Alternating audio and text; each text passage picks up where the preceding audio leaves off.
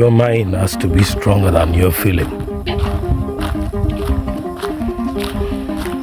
The brain is something that processes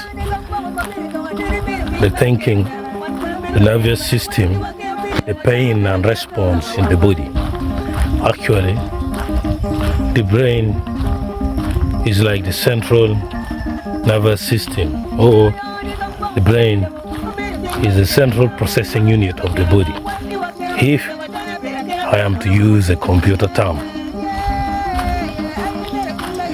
The heart is a determinant of the feeling or how you respond emotionally to certain things. If you make your heart more stronger than your feeling, than your mind or brain, then you're most likely to make a decision through your emotion.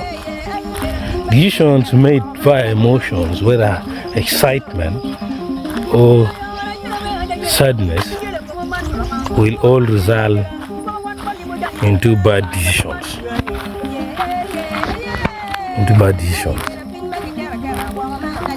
The mind should control everything, including your emotion.